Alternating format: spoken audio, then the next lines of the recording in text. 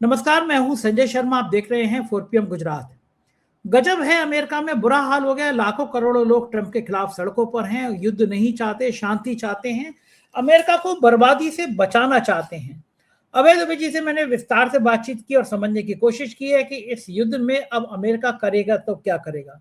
क्या ट्रंप की कुर्सी जाएगी या वो बचेंगे। चलते हैं अवैध विजय के पास। आपसे रिक्वेस्ट है कि पूरी बातचीत सुनिएगा, बहुत शानदार बातचीत। 4PM न्यूज नेटवर्क में बहुत बहुत स्वागत है। अभय दुबे जी आपका। ईरान की सड़कों पर एक उमंग भरा जोश है। लोग देख रहे हैं कि अमेरिका में विद्रोह हो गया है। अमेरिका में लाखों करोड़ों लोग अपने किंग किंग है नहीं वो, लेकिन वो अपने एक्ट से जो किंग शो करते हैं, माननीय चचा, हमारे चचा ट्रंप जी, तो वो जो है उनके खिलाफ लोग सड़कों पर आ गए हैं। बात भी सही है, इतना हिंसक हो जाना, किसी देश पर ऐसे हमले कर देना, सैकड़ों बेगुनाह बच्चियों को मार देना, अमेरिका जैसे देश में ये कहां बर्दाश्त होगा। तो आज लाखों करोड़ों लोग सड़कों पर आए हैं कि किंग का ये शासक नहीं चाहिए। अमेरिका तबाही के कगार पे आ गया है। दर्जनों जहाज गिर गए हैं। जो शान थी, जो साख थी, वो धूमिल हो गई है। और ईरान में जश्न है कि अमेरिका को जो करना था कर लिया, हम लोग झुके नहीं। क्या ये किंग महाराज अब चूहा बनने की स्थिति में आ गए हैं? क्या ट्रंप की कुर्सी को देखिए, खतरा होगा? आपके इस प्रश्न का जवाब मैं देना चाहता हूं तो मैं दूंगा ही। लेकिन आपके प्रश्न में जो एक भावना है, जो कि ट्रंप को चचा ट्रंप कहने से निकलती है, तो उसके ऊपर मैं एक थोड़ी सी बात करूंगा, जो थोड़ी इसी लिहाज से मनोरंजक होगी। आप जानते हैं कि मैं एक जो जिस भाषा में एक गलत भाषा का इस्तेमाल करने से परहेज करता हूं, लेकिन एक सोशल मीडिया का एक प्लेटफॉर्म है जिसको एक भगवाधारी साधु चलाते हैं। मैं उनका नाम नहीं लूंगा, ना उनके प्लेटफॉर्म का नाम लूंगा। आप हम सब लोग जानते हैं, उनके तमाम आते हैं। वो सब लोग एंटी मोदी, मोदी विरोधी और शाह विरोधी हैं और योगी समर्थक हैं। और खासतौर से यूजीसी की नियमावली आ जाने के बाद से उनका ये रूप बदला है उनका। तो आ, उनकी एक शैली है, एक भाषा शैली है। कभी भोजपुरी में पूरा प्रोग्राम होता है वगैरह कुछ है। तो जब ट्रंप ने वो अपनी तरफ से एक 5 दिन का एक आंशिक युद्ध विराम किया, तो जानते हैं आप उनके उस दिन कार्यक्रम का शीर्षक क्या था? ट्रंप सर आप तो मूत दिए। तो उनके उनके और पूरा पूरा उनका कार्यक्रम इसी शैली में था, मतलब इसी लहजे में था। ट्रंप सर आप तो मूत दिए। तो ये एक तरह से अगर इसको एक रूपक के तौर पे देखें, भाषा अच्छी नहीं है। आप जानते हैं कि हम लोग ना 4 PM पे ना मैं कभी इस तरह की भाषा का इस्तेमाल करते हैं। लेकिन ये एक अपने आप में एक रूपक है कि दरअसल ट्रंप की क्या हालत हो गई है और उनकी छवि कैसी बन गई है। जो लोग इस भाषा का इस्तेमाल नहीं करते, वो ये तो सोच ही रहे हैं कि तो बड़ा भारी नाहर बनता था, इसकी तो फूंक सरक गई है? इसका तो बोरिया बिस्तर बन गया। मतलब इस प्रकार की भाषा ट्रंप के बारे में इस्तेमाल की जा रही है। और इससे भी बड़ी बात यह है कि उपराष्ट्रपति जेडी वेंस जो हैं, जो अभी तक ट्रंप के साथ खड़े हुए हैं, इस युद्ध के समर्थक ना होते हुए भी, उन्होंने नेतन्याहू को एक फोन किया और उन्होंने नेतन्याहू के फोन पे कहा कि ये आपका जो एनालिसिस वगैरह था सब गलत निकला और हम लोग भी चक्कर में फंस चुके हैं। ये आपने कहां फंसा दिया? अच्छा, अब ये स्थिति क्या है कि ये जो अमेरिका में प्रदर्शन हो रहे हैं, इस प्रदर्शन का शीर्षक है नो किंग मूवमेंट। उसमें ट्रंप की तस्वीर होती है, उसके ऊपर एक मुकुटनुमा लगा होता है और उसको यूं करके वो एक लाल उस क्रॉस से मतलब उसे काट देते हैं। उसे नीचे लिखा रहता है नो किंग मूवमेंट, कि अमेरिका को किंग की आवश्यकता नहीं है। अमेरिका को एक सम्राट की, एम्परर की आवश्यकता नहीं है। अमेरिका को एक सामंत की आवश्यकता नहीं है। अमेरिका एक लोकतांत्रिक देश है। और जिस वक्त अक्टूबर के दौरान, सितंबर के आखिरी हफ्ते से लेकर अक्टूबर के आखिरी हफ्ते तक मैं अमेरिका में था, तो हम लोगों ने खुद यूनिवर्सिटी ऑफ कैलिफोर्निया में हम लोग गए थे। तो यूनिवर्सिटी ऑफ कैलिफोर्निया में एक बहुत ही विशालकाय जुलूस निकलते हुए देखा। वो भी नो किंग मूवमेंट का जुलूस था और इतना बड़ा और लंबा जुलूस था। फिर हम लोगों ने सैन फ्रांसिस्को में वो जुलूस निकलते हुए देखा। मैं ये बताना चाहता हूं कि ट्रंप के खिलाफ पहले से ये आंदोलन चल रहा है और जो ट्रंप ने एक नाजायज और अमेरिका के लिए बहुत ही नुकसानदेह और पूरे पश्चिमी विश्व के लिए बहुत ही नुकसानदेह ये जो ईरान का युद्ध, सारी दुनिया के लिए नुकसानदेह जो खाड़ी युद्ध छेड़ा है, इसके कारण इस आंदोलन को और ज्यादा हवा मिल गई है और भी ज्यादा विशालकाय रूप से अमेरिका की सड़कों पर निकल आया है। मेरे ख्याल से 1300 से ज्यादा जगहों पर अमेरिका में आज इस तरह के प्रदर्शन हुए हैं नो किंग मूवमेंट के। आप इससे अंदाजा लगा सकते हैं कि पूरा अमेरिका इस वक्त, अमेरिका का ज्यादा बड़ा है, काफी राजनीतिक रूप से जो लोग सचेत हैं वो सारे के सारे ट्रंप के खिलाफ हो गए। और ट्रंप भी इस बात को जानते हैं कि उनकी साख तेजी से गिर रही है, इसलिए वो अपनी खिसियाट मिटाने के लिए जब भी व्हाइट हाउस से निकलते हैं और जब वो माइक पे खड़े होकर किसी को संबोधित करते हैं, चाहे वो पत्रकार हों या वो कोई और हों, तब वो कुछ खास तरह की हरकतें करते हैं, जैसे घटिया किस्म के पॉप सिंगर्स जिस तरह की हरकतें करते हैं, या मतलब वो अजीब यूं यूं करेंगे, ऐसे ऐसे करेंगे, कुछ वार डांस करने की कोशिश करेंगे, इस प्रकार की हरकतें कर रहे हैं। और हम सब लोग जानते हैं कि ऐसी हरकतें राष्ट्रपति स्तर का व्यक्ति कब करता है, उस वक्त करता है जब उसके पास कहने के लिए कुछ नहीं होता और करने के लिए भी उसके पास कुछ नहीं होता। अब स्थिति क्या है? स्थिति यह है कि अमेरिका का बहुत बड़ा जो एक विमान वाहक पोत है त्रिपोली, वो गल्फ खाड़ी में पहुंच चुका है। उसमें 3000 के करीब मेरीन कमांडो बैठे हुए हैं। उसके बाद में अमेरिका की जो एलीट एयरबोर्न डिवीजन है वो भी उतरेगी खरग आइलैंड के आसपास, जैसी कि पहले से खबर है। उसके बाद एक और युद्धपोत है बॉक्सर, वो भी वहां पहुंचने वाला है, उसमें भी 2500-3000 हजार मेरीन कमांडो बैठे हुए हैं। अब सवाल ये, पहले से 50,000 अमेरिकी सैनिक मौजूद हैं मध्य पूर्व में, तैनात हैं पहले से। तो अब ट्रंप इनका क्या करेंगे? ट्रंप ने 10 दिन का टाइम और लिया है, उस 10 दिन में से भी 2 दिन गुजर गए हैं अभी।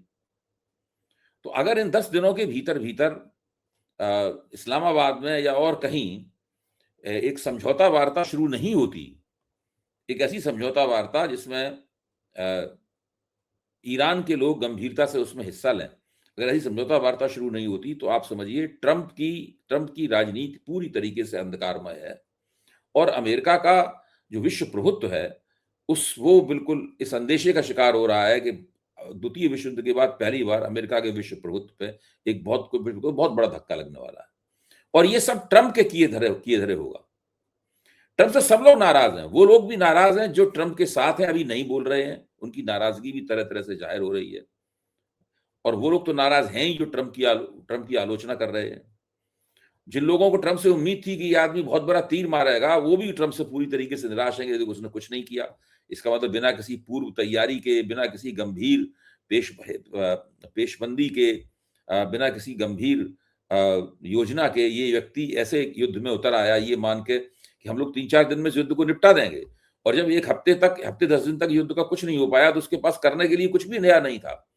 वो उसी प्रकार बेमकसद बमबारिश करता रहा, लोगों को मारता रहा, बिल्डिंगें उड़ाता रहा, कुछ नहीं। ना वो अमेरिका के ना वो ईरान के एटॉमिक कार्यक्रम को कोई नुकसान पहुंचा पाया, ना ही उसने ईरान की जो तेल उत्पादक क्षमताएं थी, मिसाइल उत्पादक क्षमताएं थी, मिसाइलों के भंडार थे, उनको उन लोगों ने कोई नुकसान नहीं पहुंचा पाया। हाँ, 2000 ईरानी मार दिए और करीब 30-40 उन्होंने ईरान के बड़े नेता मार दिए, ये उन्होंने जरूर किया।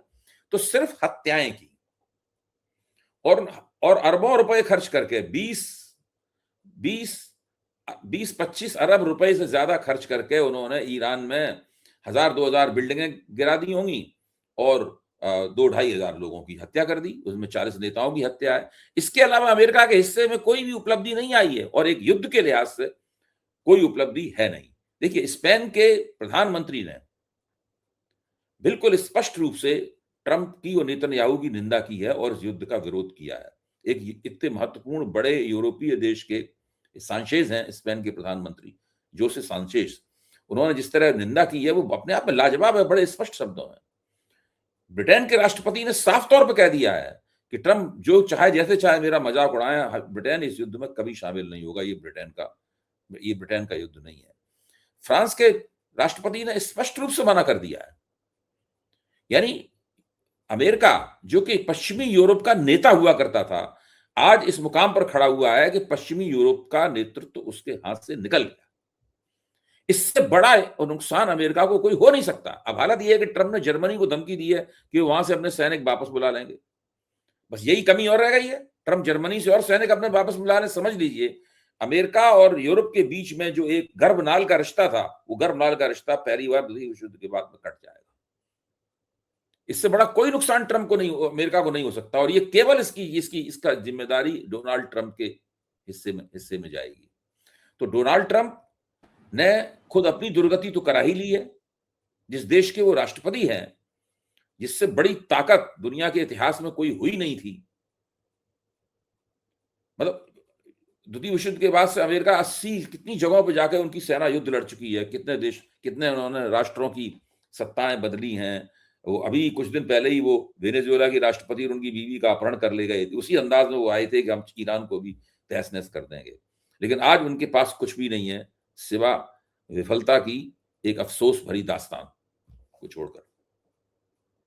ये बड़ा खतरा होता है कि अगर किसी देश का शासक इस तरह सनकी हो जाए, किसी तरह का घमंड आ जाए उसके अंदर, किसी राष्ट्रपति को ऐसे उठा लाए, कहीं देश पे हमला कर दे, पूरा देश उसकी कीमत चुकाता है। अमेरिका में महंगाई लगातार बढ़ रही है, अमेरिका की अर्थव्यवस्था चौपट हो रही है, चीन की करेंसी मजबूत हो रही है, ईरान ने कह दिया तेल चाहिए, जहाज गुजारने हैं तो पेमेंट चीन के करेंसी में होना चाहिए। ये डूबती हुई अर्थव्यवस्था के लिए डॉलर का कमजोर हो जाना और चीन की करेंसी मजबूत हो जाना, ये इसके व्यापक अर्थ क्या होंगे आने वाले दिनों में?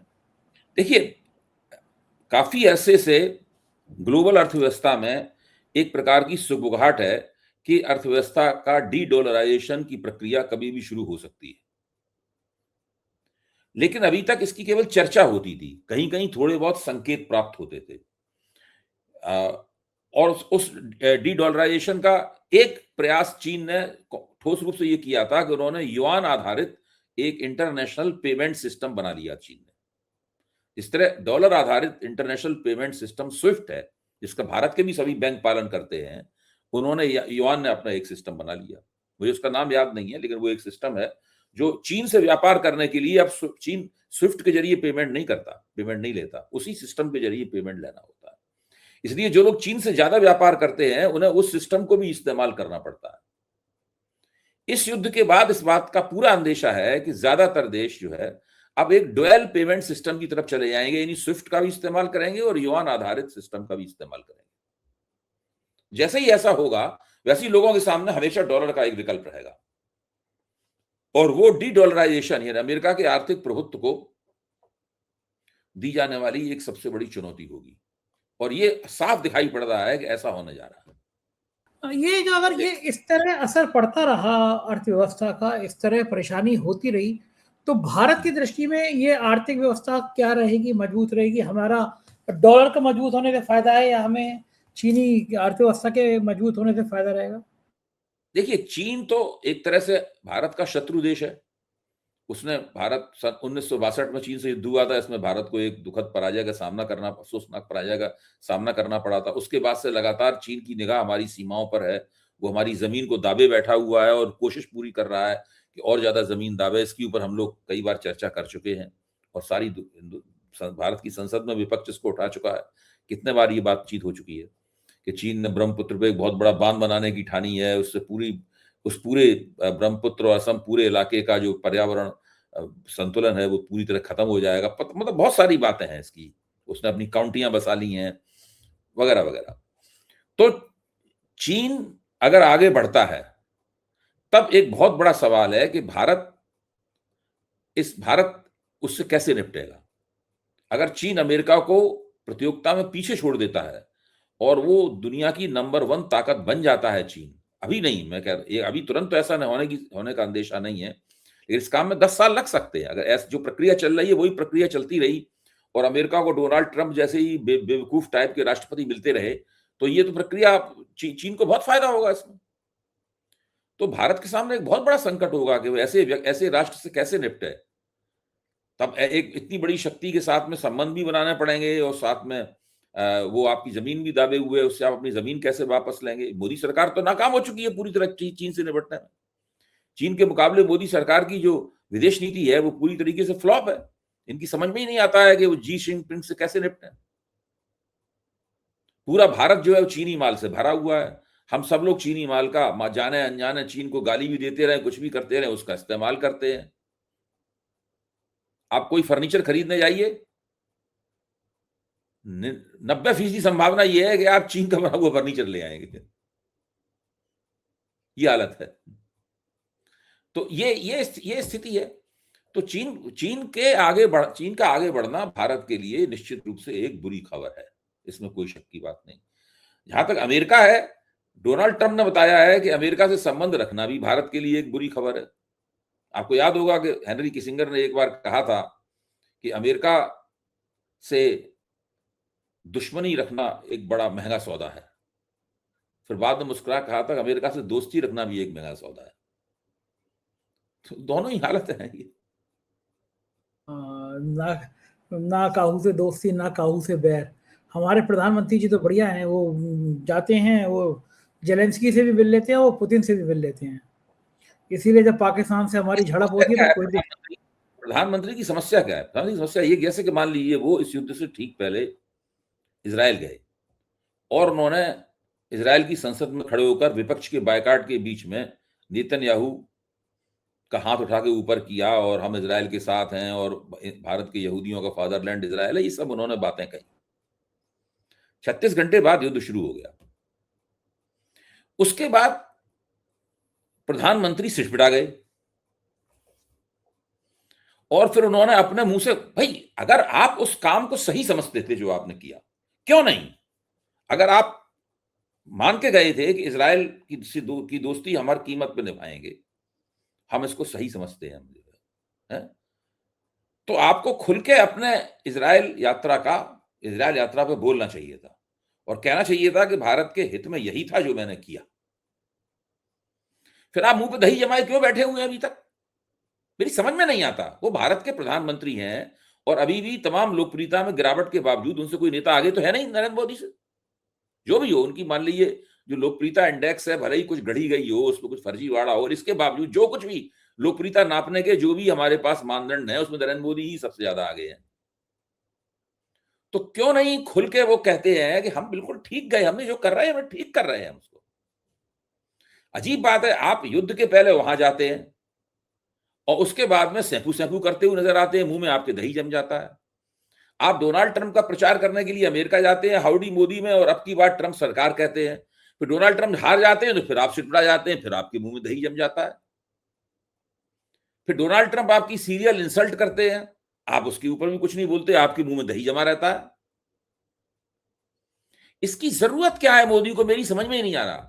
बहुत ही शिष्ट भाषा में, बिना किसी के साथ में बदतमीजी किए हुए, बिना किसी की अतिरिक्त आलोचना किए हुए, नरेंद्र मोदी के मुंह से निकलने वाली बात, जो कि विदेश मंत्रालय के प्रवक्ता के मुंह से निकलती है, अगर वही बात नरेंद्र मोदी के मुंह से निकलती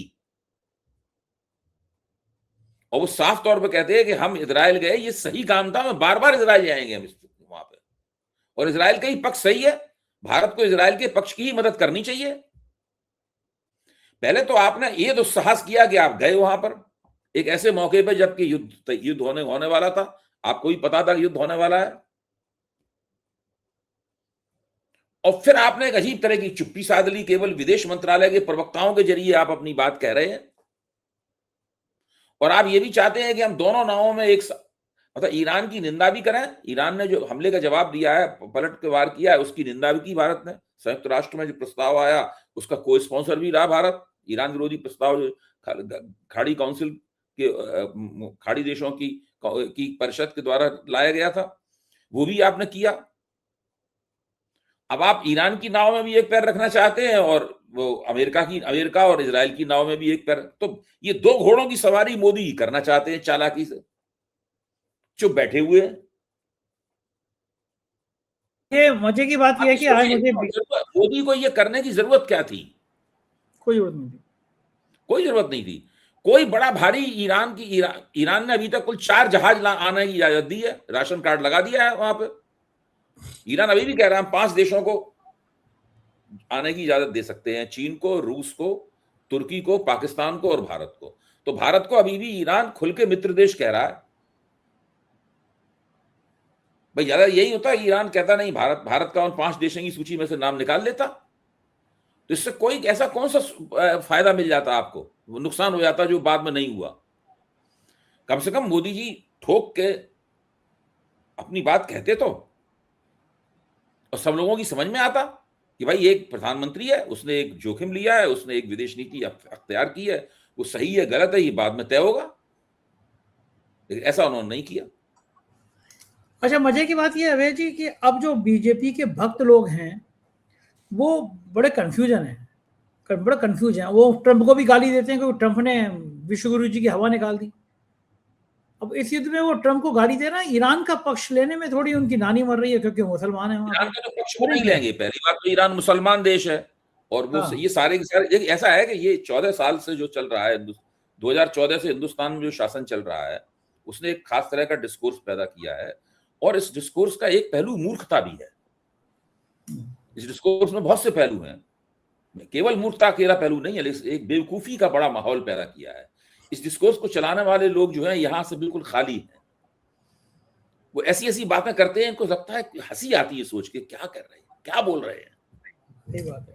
अब तो इसी डिस्कोर्स के तहत तो ट्रंप के लिए यज्ञ किए गए थे, इसी डिस्कोर्स के तहत तो ट्रंप की मूर्तियों पर रोली और चंदन का तिलक हुआ था और टीम ट्रंप की तस्वीर में कलावे बांधे गए थे। इसी डिस्कोर्स के तहत इजराइल के लिए और नेतन्याहू के लिए भारत में यज्ञ किए जा रहे हैं और पूजा अर्चना हो रही है। आप सोचिए कितने मूर्ख लोग हैं ये लोग। और ये लोग सामान्य बुद्धि, ये कह रहे हैं कि हमें सामान्य बुद्धि भी नहीं है और अपने धर्म का, सनातन धर्म का अपमान कर रहे हैं ये सब करके। ये स्थिति है। सनातन धर्म में किसी को भी कुछ भी करने की इजाजत है तो आप ट्रंप के लिए, नेतन्याहू के लिए यज्ञ शुरू कर देंगे। हाँ, उनकी फोटो लगा के कर देंगे। सोचिए आप, कुछ भी करते हैं ये लोग, कुछ भी करते हैं।